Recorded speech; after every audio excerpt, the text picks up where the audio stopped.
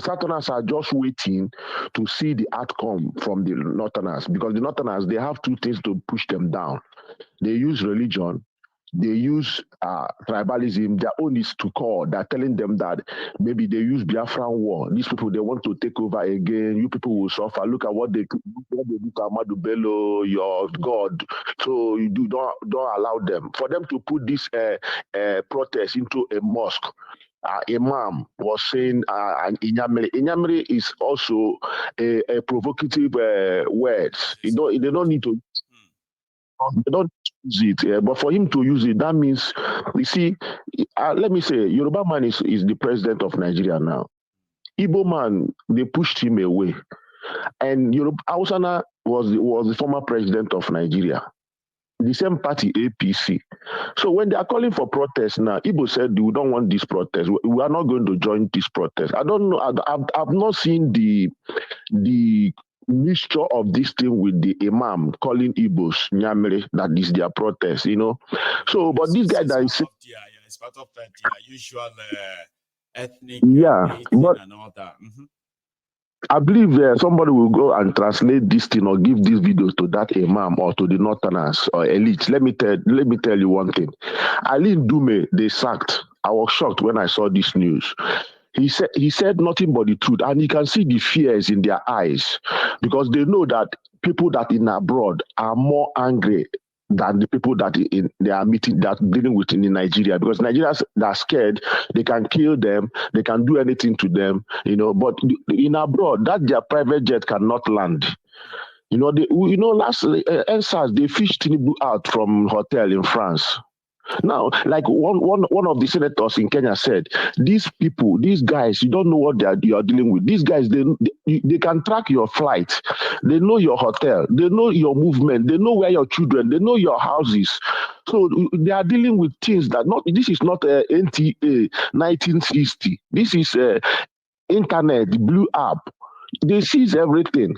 So, but for him to say this issue of the Northerners want to use this protest and push away Tinubu and get back to I say this protest need only one matches. Because everybody is suffering. Look at what this lady said now. People are not buying a normal dosage of their medicine, just common malaria medicine. They are not buying it anymore. So you can't buy it like that way in East and buy another way in North. If they are selling you a malaria drug for 25,000 naira, is it not better for you to begin to befriend the mosquitoes? That's right. I said that here. I said that here on this platform too. Even if you don't like the truth that is coming out of this platform, if you think those who are spreading the fear that don't stand up, they will kill you, right? If you now, because you are listening to them, come onto this platform to come and abuse me or attack me and the rest of that, even upon that, I still wish, and I still do not wish you evil. If you are watching me from Nigeria, do your best to make sure you don't fall sick. Because if you fall sick, it will be your death. In what recovery or the cost of medical care in Nigeria right now. This is three things I told my people. I said, don't allow yourself to be sick. Drink more water. Number one, whether you eat good or you do not eat good, make sure you drink water so you will not get sick. Number one. Number two, don't make any trouble that will bring you to police. Because those police are there. They can exchange human being now. They can do anything. They are hungry, like the way we are hungry too. I told you last time, the only lucrative job police people do now is escort and guide the big people. The ones standing in the station or maybe you see on the road, these are terrorists. They are no more normal. Some of them have mental issues, but the Nigerians don't see it. Even a lot of Nigerians now have mental issues because of depression. Depression is not our thing, but from the hardship now, the way it is. Okay, look at this, what the lady said now. Her friend that's a business owner is suffering from that kind of sickness. Then check the other people that doesn't have any means of getting money every day. Check barrow pusher. Check all these people that are not. So some people they can't eat anymore. You see. So you still strongly believe that they will be out and it's never going to be about what do you call it, the North or the South. Is that your view? Is that what you think? My, Own optimism. let me say, you see, when people come, they begin to compare Nigeria with the Kenya. That Kenyans are this, Kenyans are that. Kenya's, I believe one thing I know that Kenya's their education system is still strong. That's what every at least 60% of Kenyans they are enlightened. They're enlightened. They know what they are doing. They know they are right, left and right. It doesn't matter the tribalism, everything. This tribalism and religion something is everywhere in Africa. But Nigeria, 95% or 80% of Nigeria now they don't know anything about education. They are not enlightened. That's why you see people when they sleep and wake up in the morning, they are telling them that petrol you bought yesterday night is 200 naira. Now you're buying 600. And when you meet this kind of people in filling station, when you want to come, look at me living abroad for years. I came down. I can fuel my car with $20 or 25 euros. When I begin to put my car, they will be telling me, "Okay, do you want to finish this fuel? Okay, I say, why are you people selling it this way? People at my back begin to complain. If you don't want to buy, get away from this place." But I look at if you turn around and look at these people standing at the pump with you, they look sick, and you are pitying them. Because they are shouting, "If you can't buy it, we can buy it. I have a lot of things to do. Get away from here. Let's buy it." But for me, I'm using only 25 euros to fill my tank, and you people are buying with they have their bicycle, their machine tank in their hand. They have some gallons. They are still insulting me. So these people, because of education, a lot of us in Nigeria, we don't know our right and left and the importance of good governance. That's the problem. So, but for action, when they trigger this thing, I can tell you that's one of our neighbor used to say that the fracas will be bloody.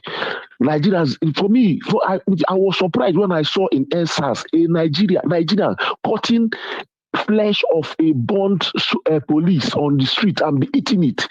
So Nigerians are animal plus hunger.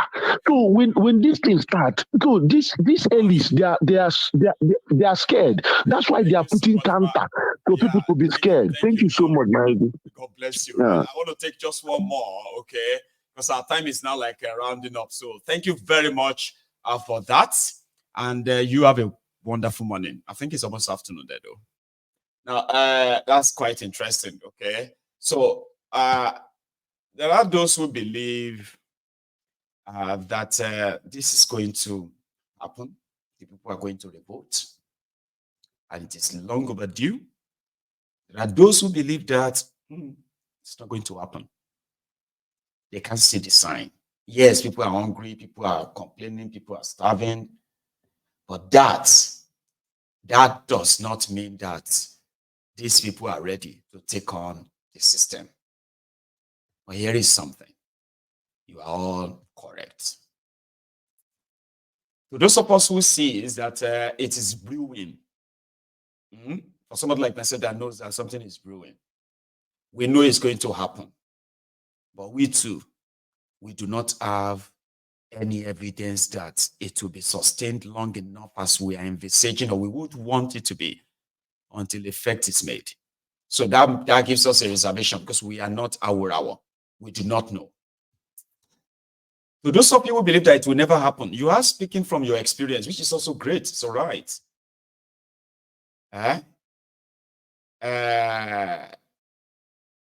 It will make sense if we do not actually have a chance of a surprise, element of surprise, they say. So what I'm going to say is that all of us, whether you believe it's going to happen, whether you believe that it's not going to happen, all of us have something in common. We actually want that revolution to happen. Yeah. But somehow we feel like they are all normal. Don't beat yourselves to it. Okay? Yeah. Hello. Hello, Mayegun. Hello, sir. How are you? I'm doing great. How are you doing today? I am very well as well. Thanks for asking, please. Yes. This is Manny from New York. Right. Mike from New York. Manny, yeah, from New York. Grant. So it's good to hear from you again. You're going to be my last caller this afternoon. So please. Okay. Sir. Yes, I just wanted to touch on the issue of the protest and, with the ethnic undertone that is trying to be painted on it now. So my own piece of advice would be, let's leave the people that want to do the protest from the north do the protest. Let nobody from the south join them. I know it will sound ludicrous, but we have an opportunity. But history has taught us that when all this happened, they bring the guys from the north because they have millions of, unemployed people who they could entice with little money, and they'll join the protest, and everything will be turned upside down.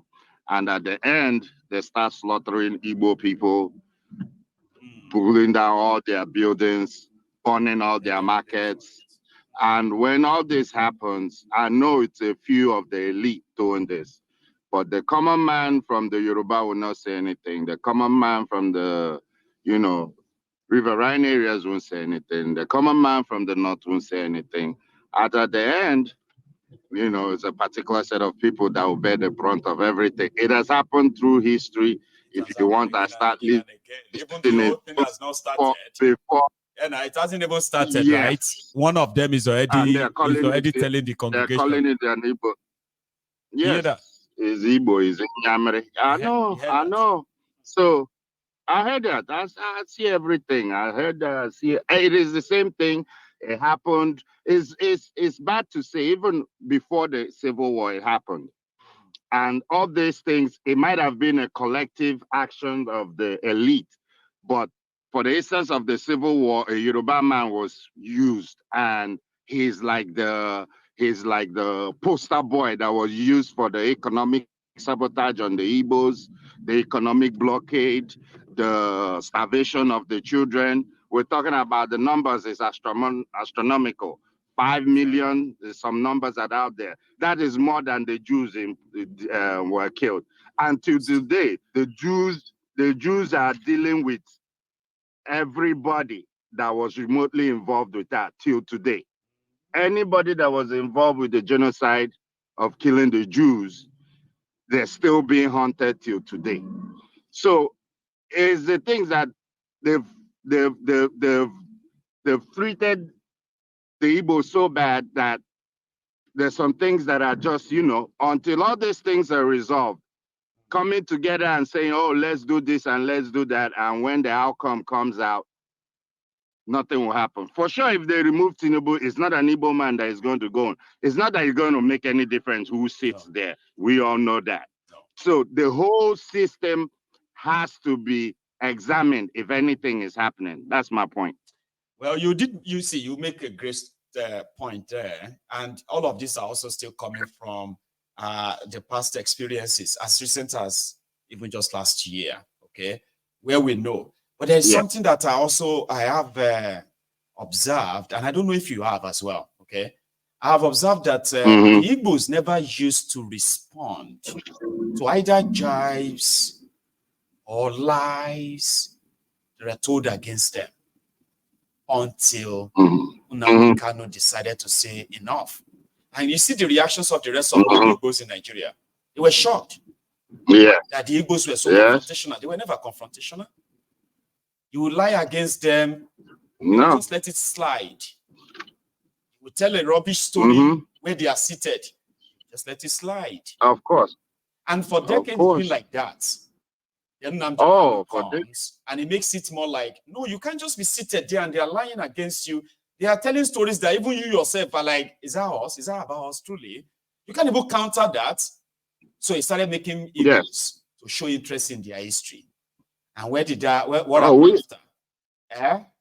The people that used to feel that they could use all this conjured history to hoodwink everyone, including the Igbos, they started feeling offended. I'm a Yoruba man.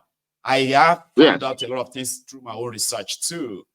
So you see, the problem as we speak now is that the Igbos of 1960s, 70s, 80s, 90s, they're not the Igbos of now. Yes. People talk about blaming the Igbos. A lot of people now knows that we have a system that blames the Igbos, even when they are not involved in anything. A lot of people are more aware now. It is even becoming more embarrassing now for you to jump out when you are not Igbo to start saying things. Just because you want to drive sentiments. Even non-Igbos will face you. See, Mike. Yeah. There is something that you must pay attention to, right? One second. Yeah. Yes. And that's why I mentioned the Igbos you see today. They are no longer the Igbos that we used to know. And that is why majority of people who have been feeling so on top of the world, sharing conjunct history and all of them, they are those offended now that the Igbos are pushing back.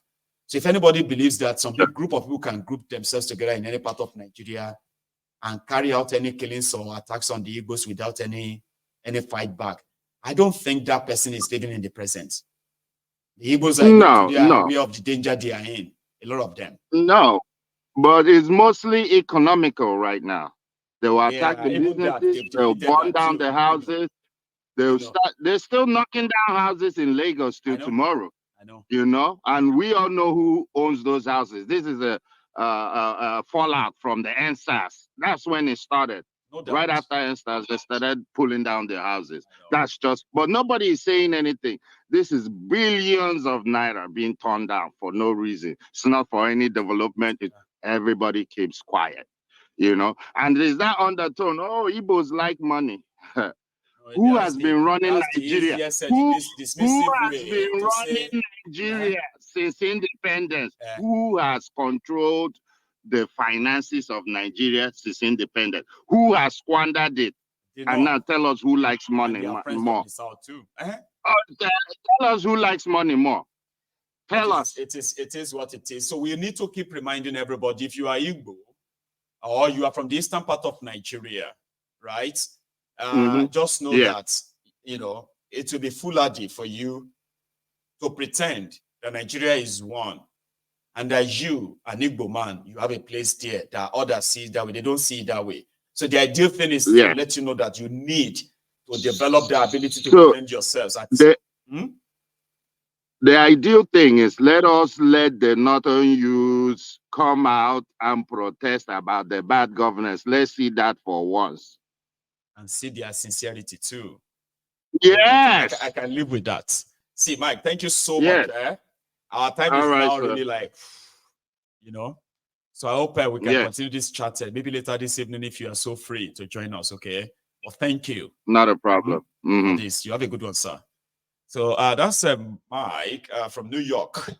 Now, on that note, we're going to draw like the curtains, okay? I'm going to go get myself ready for later. But there is a replay that is popping up, that will be popping up on your screen in another few minutes. It's from last night. If you miss it, watch it, okay?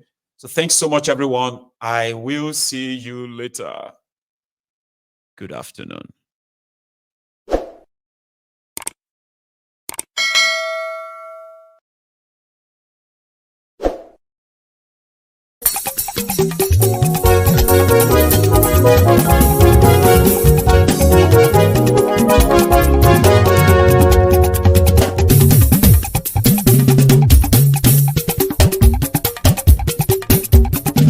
Mayegun làwa mọ̀ làmọ̀ tó dòdòdò. Mayegun Diary Nayibi #1. Mayegun làwa mọ̀ làmọ̀ tó dòdòdò. Mayegun Diary Nayibi #1. Mayegun ti dé o ọ̀rẹ́ ara ìlú. Mayegun Diary Nayibi #1. Lórí Facebook, lórí YouTube. Mayegun Diary Nayibi #1. Gbogbo bó ṣe ń lọ ni Mayegun já wa sí. Mayegun Diary Nayibi #1. Àṣírí ọ̀jẹ̀lú kì í bò níbẹ̀ o. Mayegun Diary Nayibi #1. Bó bá ṣe eré àní Mayegun máa wí. Mayegun Diary Nayibi #1. Ó sì tún ṣe eré wàá gbọ́ níbẹ̀ o. Mayegun Diary Nayibi #1. Mayegun Diary political. Mayegun Diary Nayibi #1. Godfatherism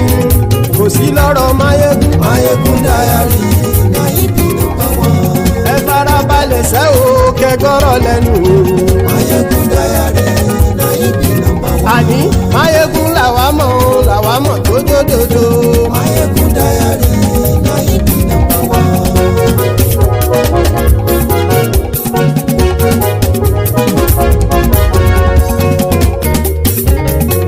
àní ẹ̀sùn ràkì. Máyégún ti dé. Máyégún ti dé. ọ̀jẹ̀lú ẹ̀sùn ràkì. Máyégún ti dé. àní ẹ̀sùn ràkì. Máyégún ti dé. lórí Facebook. Máyégún ti dé. àní ẹ̀sùn ràkì. Máyégún ti dé. lórí YouTube. Máyégún ti dé. àní ẹ̀sùn ràkì. Máyégún ti dé. bọ́ bàbá gbé wúrẹ́. Máyégún máa wí. àní ẹ̀sùn ràkì. Máyégún ti dé. ijó ìgbádìyẹ. Máyégún máa wí. àní ẹ̀sùn ràkì. Máyégún ti dé. pẹ̀sìdó bá rúfin o.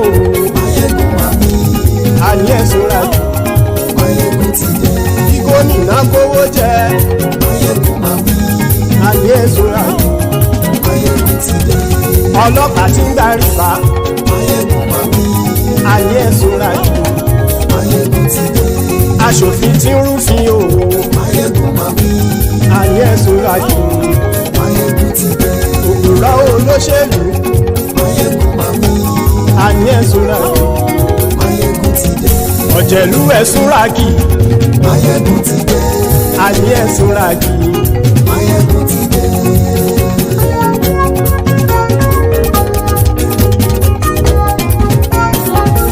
Máyégún ti dé. gbogbo ọ̀jẹ̀lú ẹ̀sùn ràkì. Máyégún ti dé. gbogbo ọ̀jẹ̀lú ẹ̀sùn ràkì. ṣùgbọ́n ní bá ti ṣe èyí tó yẹ kí wọ́n ṣe ọmọ bá dèrò ní fi wọ́n níran o. Máyégún ti dé. Gbogbo ọ̀jẹ̀lú ẹ̀sùn ràkì. Máyégún ti dé. Gbogbo ọ̀jẹ̀lú ẹ̀sùn ràkì. ṣùgbọ́n ní bá ti ṣe yìí tó yẹ kí wọ́n ṣe ọmọ bá dẹ́rọ̀ ò ní fi wọ́n níran. wọ́n fowó bẹ́ẹ̀ o Máyégún ó sọ pé wọ́n ò fẹ́ bẹ́ẹ̀. wọ́n fowó bẹ́ẹ̀ Máyégún ó sọ pé wọ́n ò fẹ́ bẹ́ẹ̀. oníkanṣá ti ṣe yìí tó yẹ kí wọ́n ṣe fáwọn ará ìlú tó gbé wọn débẹ̀ o. àyè Máyégún ti dé gbogbo ọ̀jẹ̀lú ẹ̀sùn ràkì. Máyégún ti dé gbogbo ọ̀jẹ̀lú ẹ̀sùn ràkì. ṣùgbọ́n ní bá ti ṣe yìí tó yẹ kí wọ́n ṣe ọmọ bá dẹ́rọ̀ ò ní fi wọ́n níran. ha kì máa yí ṣe eré ọ̀rọ̀ yìí kì í ṣe ẹ̀fẹ̀. kì máa yí ṣe eré ọ̀rọ̀ yìí kì í ṣe ẹ̀fẹ̀.